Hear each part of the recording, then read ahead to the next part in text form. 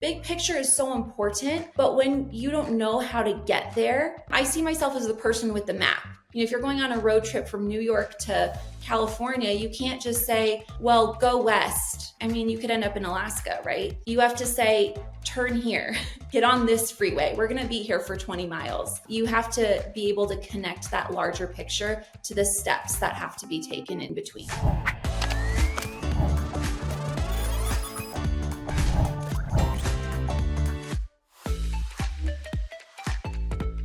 Hello and welcome to the Gross Profit Podcast. My name is James Kennedy. I'm the CEO and co-founder at procurementexpress.com. We take the hassle out of managing your company's spend with magical features, but we're not here to talk about that today. Instead, I've got Lauren Rilling from KFE Solutions, a fractional CFO firm, which has very good positioning and offers advice based on biblical learnings. So we're going to understand a little bit more about that. And we're also going to talk about one of Lauren's favorite clients and how the impact that she managed to have for them. So Lauren, thanks very much for coming along today. Maybe you should just give us a little bit of a background of where you are in the world and tell us a little bit about where you've come from. Yeah, thanks, James. It's so fun to be here with you today. I live in Denver, Colorado, so kind of on the other side of the world from you, which is so fun that we can do this and have this conversation. But yeah, I live in a suburb of Denver. I've got four chickens, 3 children, and a cat. So it's a full house, and I get to work out of my home office, which is very fun. And I have colleagues at KFE Solutions all over the US. And we get to help small business owners make better decisions with their companies so that they can make more profit, so that they can make a bigger impact. And so there's a lot of joy in what I get to do every day. Very cool. So maybe just before we get into KFE, what were you doing before that? Did you do? What did you study, and where did you work before that? Well, it was not a straightforward path for me. I actually got a master's in political science and went into the research world after being a history teacher. And what I learned through the journey of getting a master's degree is actually more applicable to what I do today, because I decided at the beginning of that journey that I didn't want to go into debt for my degree. I had a little student loan from college, and it was just enough taste of debt that I knew that I didn't want to, 10x that for grad school. And so I found a way to look at the finances and to look at how much it was going to take to cash flow that degree. How much did I need to save up every semester on a teacher's salary and just make it happen? And so I cash flowed $30,000 over the course of about 2.5 years on a teacher's salary. That was how I learned how to manage finances and how I learned about how to have a goal and to achieve it when it comes to your finances, and to do things that other people are saying are not possible, or oh, well, everyone has to take out loans. That's just what you do. And it's really not true. And that was so empowering to me. And that gave me so much freedom to make decisions that were going to be best for me and my kids. Instead of having to worry about how am I going to pay off this debt, it was what's best for my family right now. How can we just make the right decisions for our family? And so that's what led me to be interested in finance. And that's how I got interested in financial coaching. And then a lot of my clients happened to be business owners, and they were coming to me with experiencing the financial impact of not understanding their business finances. So I was seeing the downstream effects of not understanding your cash flow, not knowing how to manage it, not understanding profit margins and how you can really influence those and set goals and achieve them in your business. And so that's what got me interested in business finance. And here we are 8 years later, fractional CFO. So that was the background and the journey to get there. It was not straightforward, but it's turned out quite well. So you did college on hard mode, as they say, trying to get through. What's the worst job you did in order to, or did you have? That's such a good question, because I had a lot of those. So when I moved to Denver, it was in the middle of my degree program, and I got a job at a Starbucks. It turned out to be the second busiest location in the city. I was frequently assigned the 4 a.m. shift, and it was my first time living in the snow. And my car, I didn't know how to drive a car in the snow very well. And my heater was also broken in the car, and I didn't have enough money to fix it. So I had to drive 15 minutes to work in the morning in the snow, in the dark, at like 3:30 in the morning with my windows rolled down so that the windshield didn't get frosted over. And that was not pleasant. So I would say that was my least favorite job that I had working my way through school. Wow, you really, really don't like that, huh? Yeah, well, it gives me, I feel like, a little more credibility because I don't ask my clients to do anything that I wouldn't have done or that I, didn't do. So yeah, it was, and I can say it was worth it. It was totally worth it. Yeah. Okay. Cool. Well, I guess it gives you a bigger sense of satisfaction what you have now, knowing that you went through all that effort to do it the hard way. Okay. Cool. I love that story. I think my worst job was I used to have a job cleaning it was a dishwasher, and the first job in the morning was to clean the boiled lizards out of the dishwasher with your hands and get rid of them, and then start the dishwasher up. So that's what I tell people. So, okay, brilliant. So, okay, so I get a sense from you that like actually you finances debt, like that was baked into you. Did you get that from your parents, or did you like, what was like, most people just sort of say, okay, listen, everyone gets debt. What's the big deal? I'll just take the loan. And what made you different? Well, yeah, I think some of it had to do with the way that I was raised. My parents were always really good about budgeting, and they were very intentional about teaching my sister and me about giving and about tithing and being generous. And I saw a really great example of that growing up. And then it was really, though, I would have to say, though, I was always very disorganized about money, and I didn't really have a sense of spending. This was a learned skill. This is not, I just automatically am good at this stuff. And so I think that's part of why I'm so passionate, because I truly believe anyone can be good at finances. So it was really when I took Financial Peace University, which is, the Ramsey personal finance course. My dad said, you need to take this before you graduate college. And so I did the course my senior year of college. That's what really, I think, shaped my mindset around money, and also told me this is what you need to look out for. These are the things to avoid. These are the optimal things to do. And I would say I followed it probably 65% until I really had this big goal to cash flow grad school. And then I was all in. And then once I saw, wow, with some really small changes, you can make a really big difference in your life financially. And that also applies to your business. Then I was like 100% all in. Okay, well, that's a nice connection there, because like if you've listened to this podcast, you have definitely heard of Dave Ramsey, which is like probably the biggest financial podcast in the US, as I understand it. And there's a connection there. He has a sort of a basis in his advice from his faith, which he's Christian, I believe. And that is that also what brought you along to KFE? Because KFE's mission is a little bit stands out from the crowd when it comes to other fractional CFO firms that I've seen. Yeah, because KFE Solutions our mission is that we help you increase your profit so that you can increase your impact. And for me, personally having that biblical approach, like that's just so foundational to everything that I believe. And then that includes the way we use our money, because you can't disconnect what you value and your beliefs from the way you spend your money. They're going to go together. How you use your money is an outflow of what you believe and what you value. And so for me, joining KFE Solutions, it was really important to be with a company that shared those values. And we have 6 core values, and a couple of those are generosity, graciousness, having the heart of a teacher. So it's those kinds of things where those are the values that we want to be shown in the way that we make decisions, and that includes the way that we use our money. So that's interesting in 2 ways. One, I'm thinking of how, obviously, as a values-driven organization, you had plenty of places to apply for a job, I'm guessing. That was probably one of the big attractions. And how's that played out? Give us a sense of how big the team is, and who leads it there, and does this actually play through day to day? Is it fulfilling what you hoped it would before you joined? Oh, yeah, for sure. So before I joined KFE Solutions, I was a solopreneur, and I had my own fractional CFO firm that I was growing, and I was actually taking a course and in a sort of a mastermind group with KFE Solutions, because they have another side of their company called TCA. It stands for the CFO Accelerator. And so I had gone to the conference and I had taken the course and I just really loved what they were about. So I already knew there was great alignment there. They really were helping me grow my firm.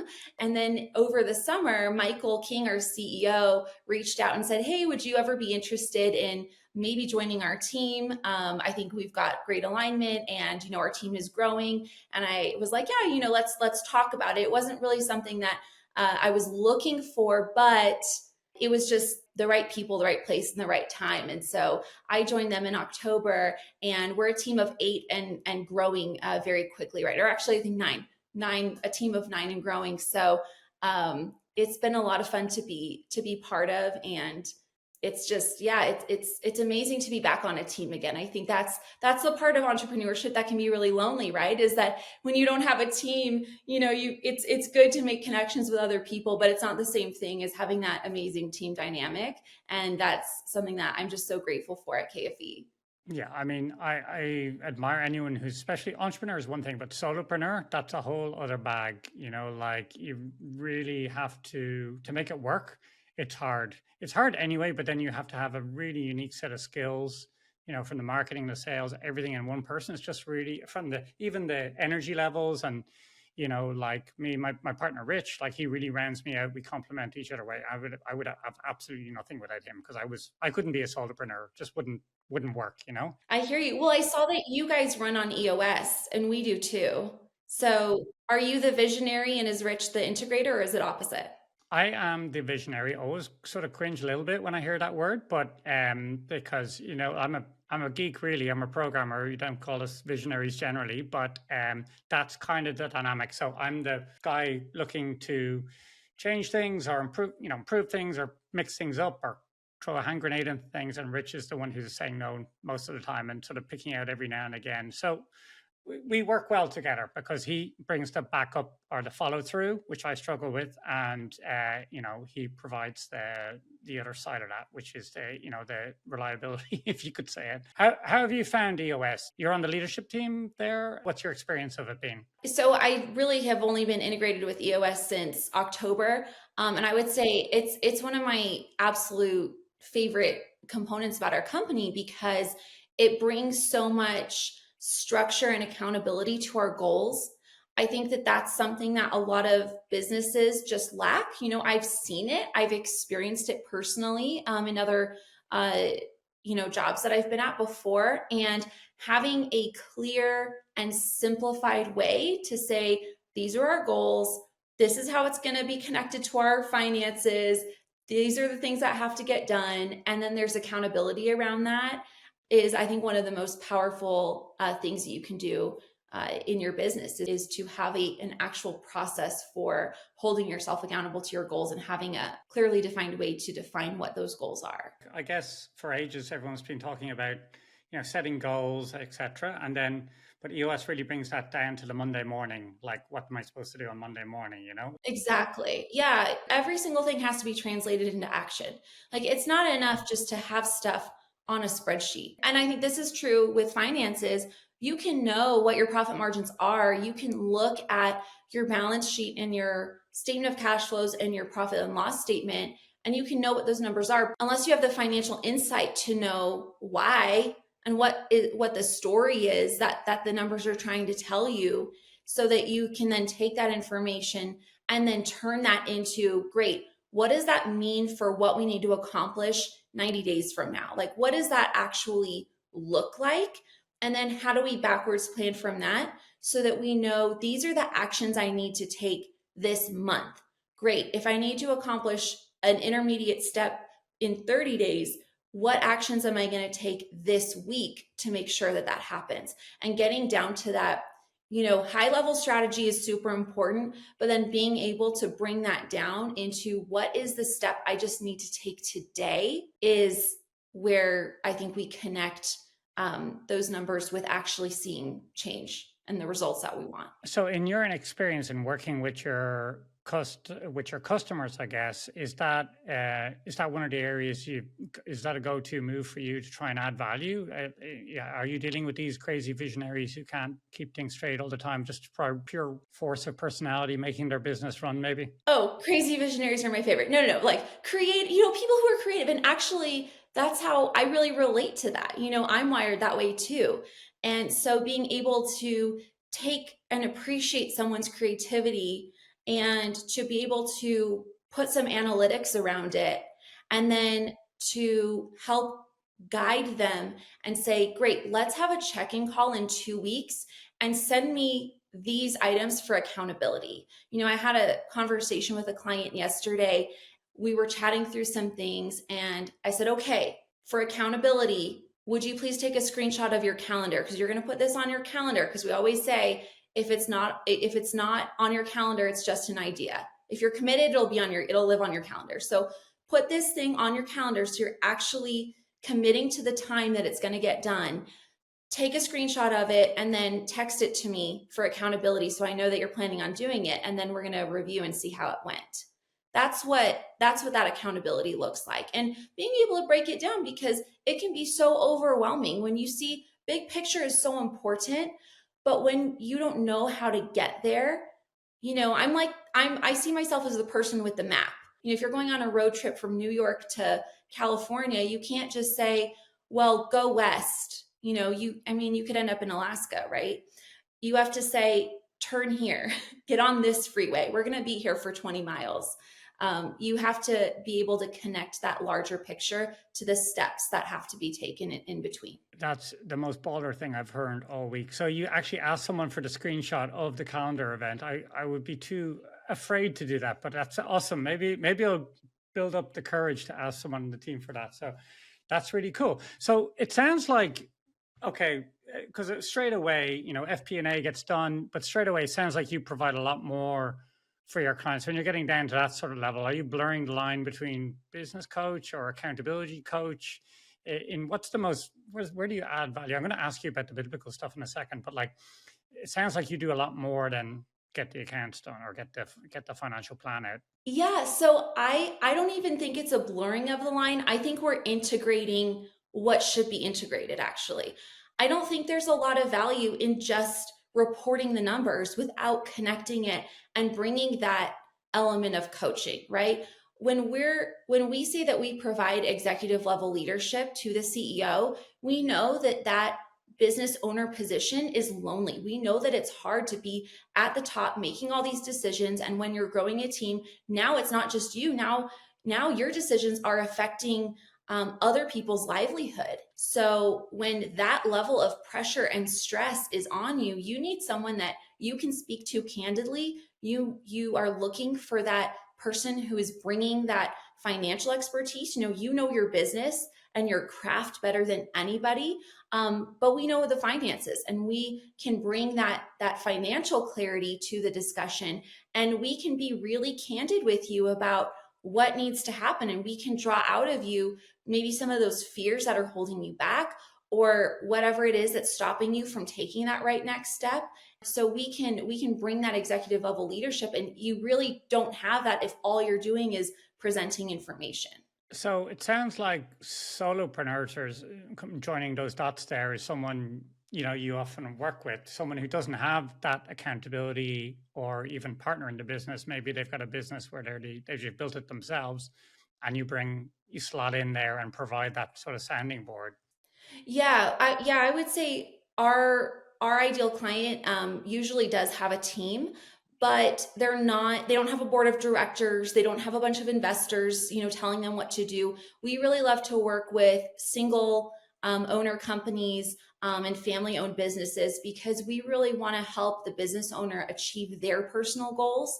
And so whatever their objectives are for, the income that they want to bring, their lifestyle, how they want to make an impact in their community, we want to grow the business around those personal goals, and not have to sort of be being messengers, for investors. It gets a little complicated that way. Okay, so you said very interesting thing there, which normally doesn't fall within the remit of a financial plan, which is, the impact that they want to have. And you have a very interesting on your LinkedIn, which I recommend people looking up. You have the goal, the focus for the business really focuses on the impact. The profit isn't the goal, but the impact is the goal, which I think is really cool. Is that what a biblically based financial strategy is versus a regular financial strategy? Is that the difference, or what other differences are there? Well, I think that no matter what your belief system is, you can desire to make an impact, right? But yes, definitely having a biblical perspective of finance and of business and of your life would mean that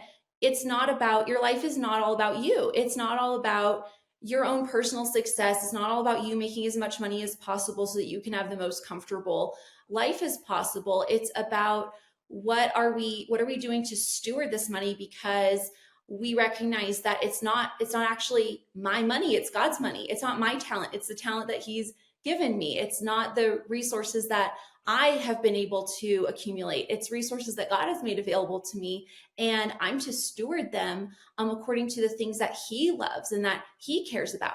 So I need to be really intentional about identifying what those things are and what he's called me to do, and so that I can steward those finances. And that's going to involve generosity, that's going to involve giving, that's going to involve being generous, perhaps with a portion of my profits. Also, how could I be generous toward my team, toward the employees who are making the company work? It's not simply a matter of making the profit as high as possible. Sometimes it's going to be balancing that with having a really amazing team culture and doing a good job taking care of the team. So there's so many ways that it can get expressed, but when we start with that vision for impact, then we can work backwards from there to decide what the money needs to look like in order to make that happen. And I think that's a different take than just how do we make sure that our profit is as high as possible, for the investors or for, whatever other purpose. That's good, because a lot of people have this fear that a professional finance person is going to come in and sort of cut everything away and just look at the bottom line. I'm thinking of the prototypical private equity finance controller coming in and just like cutting to the bone or whatever. Okay, so straight away, I'm getting a very good sense of why people come to KFE, because like you're a family business background. It's so much more than about the profit and the bottom line. It might be people who've been working with you for decades or years. And then someone with the same values understands that. So they're not getting frustrated with you in terms of, why aren't you making the optimal financial decision all the time? Be a bit more aligned in that way. Well, and don't get me wrong, the profit's important. We need financial health is very important in a business. So sometimes the mindset of the business owner is so altruistic that their business isn't healthy. And so sometimes it's working from that point to say, we want you to be able to be impactful. We love that you want to be generous. We also need to have healthy business finances. That's part of stewardship. Often it's about how do we optimize your profit, because the companies that come to us for help are not usually optimizing their profit. So that's why we say we help you increase your profits so that you can increase your impact. Because you might want to be generous, but at the same time, we want you to be able to be generous for a long time and not, run out of money. So there is that balance. Yeah. Okay. So maybe you could tell us a little bit about some of your favorite clients, and because I've got a very clear idea why people might work with you guys now. I love the values-driven approach. I think people listening to this would know straight away if this is the sort of firm that they want to align with. So maybe you could just tell us what's your favorite story in terms of a client you've been able to help. So one of my clients that I just adore working with, they were growing. Top line revenue was growing. Their top line revenue was about 5.5 million. And yet their profit was shrinking every year. They could never figure out why they had hardly any cash in the business and why at certain times of the year it was hard to make payroll. And so this was really, really stressful for them. They kept growing. They were booking almost 100% of the jobs that they were bidding. And they were a landscape company and they did like construction landscape. And so they were like, what's going on here? We're getting all the jobs. Our revenue is increasing. I don't know why I don't have any money. And this is a really common problem. This is not just this one company, but I thought they're such a great example of the pain and the stress that business owners can feel, because they just feel like, if I can just get this next project, if I win this bid, it's a $200,000 project that's going to bring in all this revenue, then I'll be able to pay for everything. And that's just not how it works. We have to be aware of our finances every step of the way. And so what we figured out by working together, we figured out that their pricing was way too low. And now part of the issue is, yeah, but if I increase my prices, will anyone give me the job, right? That's always the fear. And they needed to increase their price a lot. But we knew that that was the only way out of this. They were not going in the right direction with their profit. So you have to raise your prices. This is not optional. You're literally working for free right now because you're losing money on some of these jobs. And so unless you want to pay someone else to work for them for free, you need to raise your prices. That's what they did. And in addition to that, they realized, oh, we don't have great estimating practices. We don't have anything standard that we're using. So they standardized their estimating practices. By standardizing those, well, now we can job cost, so we can track our expenses for labor and materials for each job, so that we can look at the profit per job. We can look at, are we estimating this accurately or not? Or where do we need to make adjustments so that we can fine tune that and make sure that our estimates are accurate? Therefore, we're making sure that we're pricing correctly. And then we need to build in SOPs so that the data actually goes into the computer systems that we need to have the data. I don't know if you've ever seen a video or seen a demonstration of precise instructions for making a peanut butter and jelly sandwich. No, Googling it now though. Sounds great. If you say, how do you make a peanut butter and jelly sandwich? It's, you get out your bread, you spread peanut butter on it, you spread the jam on it, you put the other piece of bread on top, there's your sandwich. But if you follow those directions exactly, you're going to end up with a loaf of bread with a jar of peanut butter smashed on top of it, right? You're not going to actually end up with a sandwich. You have to say, you take the 2 pieces of bread out of the bag of the bread, and then you have to take off the lid for the peanut butter. You have to get the knife. You have to put the knife in the peanut butter, scoop out 1 tablespoon, spread it on the bread. You have to be so step by step. That level of granularity and clarity is what's necessary if you're going to job cost effectively, if you're going to keep track of all of your materials and all of your labor, and what are the protocols, what are the procedures, how do we accept a change order, so that we're not, again, working for free, like this is on our dime. If a customer doesn't give us the approval to pay extra for a change order, then we're eating that cost, and that's going to affect our profit margins, right? So we have to have procedures in place for all of these things so that we can gather the right data, so that we know where are we losing profit. And then once we have that information, we know what to do to fix it. And that's how we keep our profit. So we have to price correctly, we have to estimate correctly, and then we need the procedures and processes in place to collect that information correctly, because it's not enough just to send everything over to the accounting firm to bookkeep and to say, well, for the year, this is what you made. That doesn't give us any insight into why. So we need to know what data sets we need so that we know what to change, so that we can stop those problems and make sure we're keeping all of that profit in the business and that cash in the business. And so that's what we did with this client. And now their projections are looking great. They're not going to be, at the end of this year, they're not going to be cash poor anymore. They're bidding appropriately. They're not getting 95% of the jobs, but they don't need to. They're actually going to increase their revenue doing less work and make more money doing it. And so I'd rather see that than have twice the amount of revenue, but still the same profit margins. Now, you made that sound very easy, but I know there's someone sitting not a million miles from where I'm sitting right now. You could listen to that advice. But actually, I've seen it where you say, listen, what's your net, what's your gross? And they say, it's 20%. And you can just tell straight away, they have no clue. So it's a big change for an organization that has grown to 5 million. Do you know if they used a particular software, or more importantly, how do you affect that culture change? Because that's a big intellectually you can know that's the correct thing to do, but then you got salespeople who are winning deals the way they've won them. They want to start lose. They don't want to start having to hear no. Then you have the operations people who are like doing it the way they've been doing it, and suddenly you're trying to persuade them, and they feel like they're being micromanaged. And do you have any advice for people who know they should make this transaction in terms of job costing? You have any tips or advice, or do you just suck it up and you do it or go out of business and that's it? Tough luck. First of all, I mean, you hit on something really key, because this is really where a lot of our conversations with our clients center around. It's helping them rise up to that level of leadership that they need to be in their businesses, and coaching them through that. And sometimes it's giving them encouragement that they can do this.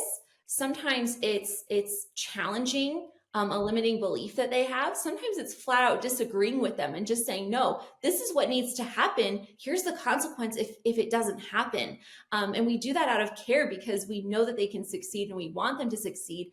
And like, this is just what you need to hear right now. And so knowing the way to approach those conversations is so crucial, because we want that client to be empowered as the business owner to make those changes and to build the kind of company culture that they want to have in their company. And so these are very real discussions that we've had about, well, yeah, but so-and-so I've told them that they need to give me this report and they just don't do it. Okay, well, let's talk about that. What happens if you don't get the report? Okay, so this isn't negotiable. We need this. In the book, Extreme Ownership, one of the things that I love most about it is they explain that, you can tell your team you have to do this. You can give them orders.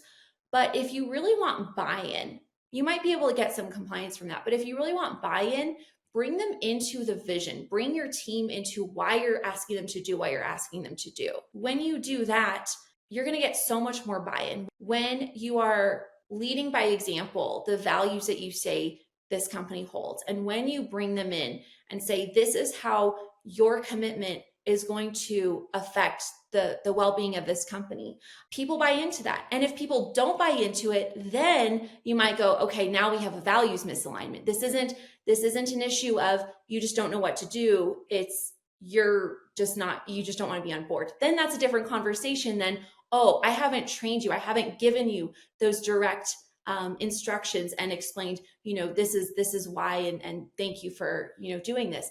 And then I think the other thing is that a lot of conversations I've been having lately have been around profit sharing and incentivizing results. So how do we incentivize that buy-in? If we're going to ask people to do something, you don't just want to say, well, I'll pay you another $1 an hour. You want to say, look, your participation in this is integral to our results. So in a sense, it's almost like they're business owners or not. But if there is a reward, a financial incentive attached to the results that they're helping the company produce, that's another great way to get that buy-in. You really see who wants to be invested and who isn't. I have to ask you about that, because as a business owner myself, the words profit share, I mean, it sounds like it's like a samurai sword. Not everyone should own one. Like, it feels like you could do a lot of damage to your business. And the big fear I have when I hear that is, well, how do you put the genie back in the bottle if it doesn't work? It might work for the first 3 months, and then does everyone just go back to doing what they did before as a tool, let's say? Because getting people aligned and set on a vision and a goal I can get that. That makes a lot of sense. Where would you recommend people to look at profit sharing versus you're saying, no, well, it's not right for your organization? I don't know that I've come across an organization where it wouldn't be appropriate to have some sort of performance-based profit sharing system. And so there's so many different ways you can do it. It's not that there's going to be one right or one wrong way. There's going to be like a level of HR compliance that I am not an expert in. So you've got to check your legal and HR boxes there first. But, profit sharing can be so many different things. It can be, we're going to distribute a percentage of our net profit every year based on certain performance review metrics. If we achieve this goal, this is what your bonus is going to be. It could be based on, even per project. So another company that I work with, they're a fundraising consultant agency. And so what we did is we structured the consultant pay so that they're getting paid a portion of the contract that they're consulting for. Plus, we've come up with a scorecard of results that we want their clients to get. And so based on that performance, they are also eligible for performance-based bonuses. And so that's another way to do it. But you have to make sure it's financially solvent too. So you have to plan this in advance and say, if we pay out the maximum, do we still have profit in the business, or are we giving away all of our cash, right? So you do have to sort of put it in context of what's going on in the business. What do we need to achieve? How are we doing cash wise? You have to have healthy financials to do this. And you have to make sure that it's a sustainable program. But if you can tie compensation to results, I think that that's always a good thing. And also to incentivize that overall company success buy-in. If you can do those two things with a profit sharing or bonus type of structure, I think that's always a great thing for a company. Okay, so and I can see how if that's where it's useful to have someone who's done it before. It's not their first rodeo. They've done these profit shares. They've seen the corner cases, and that's what your fractional CFO is for, I guess. Very cool. Let me just finish up here. I like to ask guests who come on board. I like the idea of business heroes. I have my own personal business heroes who aren't particularly famous or anything, but I feel it's always fascinating. Find out who people are inspired by when it comes to business. So who would you say is your business hero and why? We've talked about how Dave Ramsey was really instrumental in getting me started, but I have a second business hero, and that's Mike Michalowicz. He is the author of Profit First, and the Profit First, it's a cash flow management system. And I'm a really big fan of it. And the reason is that when I started my financial coaching business, this was just supposed to be a little side gig. I had two like little twins at home who were 1 year old, and I just wanted something that I could do on the side that and help people. And I had never thought of myself as a business owner before. I just thought that world was so foreign, and I really didn't know what I was getting myself into. And I found, I really love this. Business ownership is fun. I'm not terrible at it. This is kind of, I like this. Let's do more of this.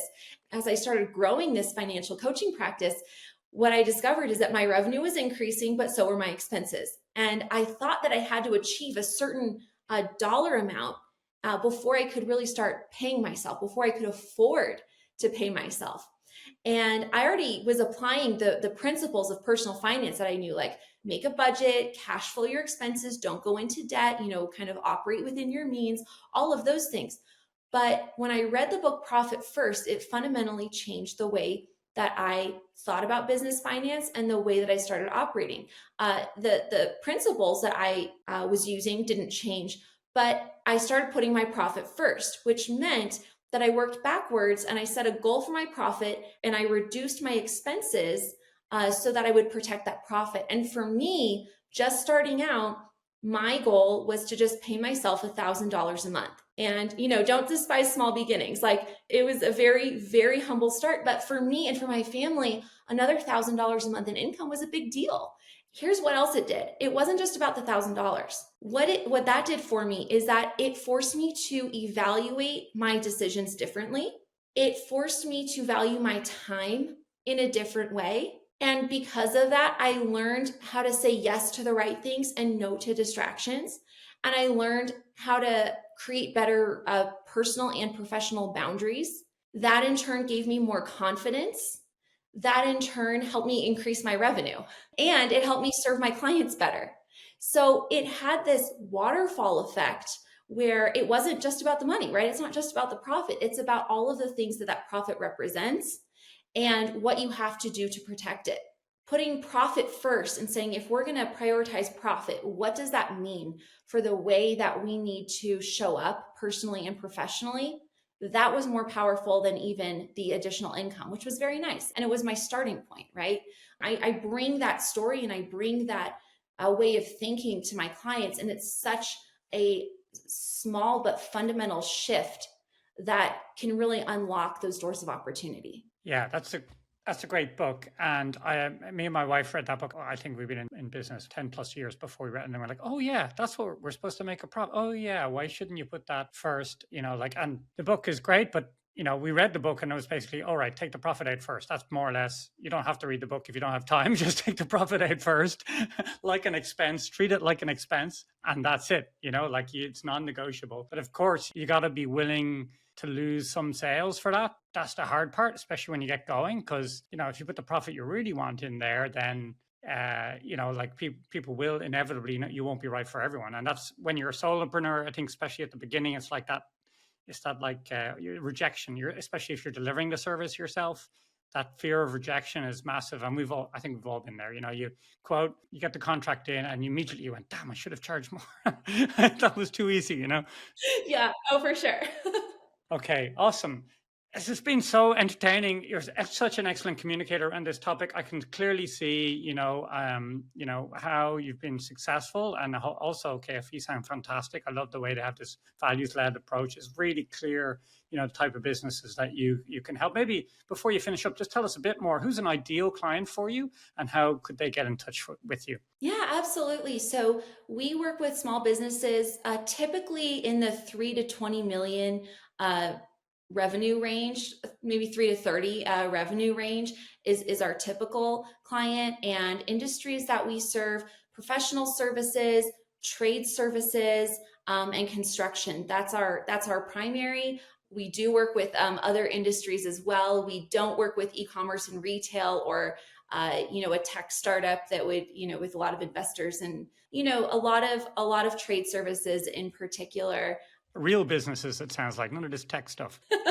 But we like to be pretty niche, and we feel like we really understand that business owner's struggles and what they're experiencing, and some of the operations around what they need to do differently to get those financial results. So those are the industries that we work with. So trade services, professional services, and construction. And what's the best way for people to reach out to you? Yeah, so I'm on LinkedIn, so you can find me on LinkedIn. And to get in touch with our company, our website is kfesolutions.com. Great. I will put those links in the show notes so people can find it. Lauren, thank you very much. I really enjoyed our chat. And thanks very much for listening. If you've got this far in the podcast, well done. You get a special star from me. If you know of someone who would be a great guest for the podcast, please reach out to me, james.kennedy@Procurement Express, and we'll see you in the next one.